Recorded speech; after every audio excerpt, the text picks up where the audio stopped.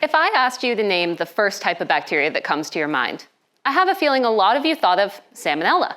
It makes sense. It's one of the leading causes of food poisoning in Canada. But Salmonella refers to more than just one bacteria. In fact, there are over 2,500 strains. And today, we're going to talk about just one, Salmonella Dublin. So this strain is specifically adapted to cattle, which means it typically survives and wreaks its havoc in cattle populations. And by wreaks havoc, I mean it can truly decimate herds of cattle. So animals are typically infected as young calves, either by consuming milk or fecal matter from an infected cow.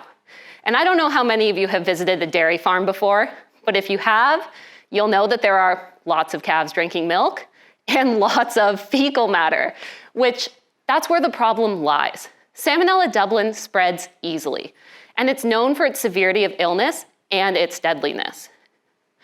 But what's even more concerning is that it has zoonotic potential, which means that us humans can get incredibly sick by consuming unpasteurized milk or undercooked beef from an infected cow. And unfortunately, most Salmonella Dublin that's circulating in Ontario is largely antibiotic resistant, which means that treatments for us, as well as our cattle, are pretty ineffective. So by now, you might be thinking, wow, this sounds like a pretty big problem. Why have I never heard about it before?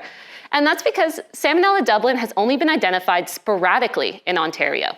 It's known to be a problem in Quebec, and there are even some countries that have national control programs in place for it.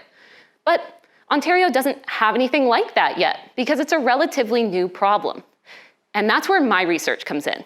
So this summer, we visited 100 dairy farms across Ontario. We collected blood from 20 younger animals at each farm, as well as a sample from the massive bulk tanks that hold milk from every cow in the herd. We also interviewed producers to get a better understanding of their daily practices.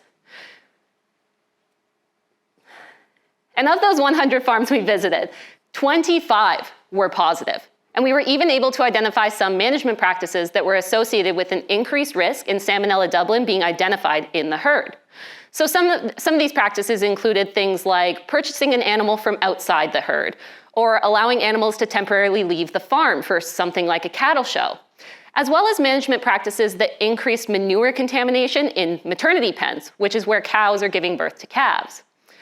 Understanding risk factors like these is going to be vital to reducing the number of Ontario dairy farms burdened by this bacteria. It could even help to prevent or slow the spread of Salmonella Dublin and stop this from becoming a bigger problem in the future. Thank you.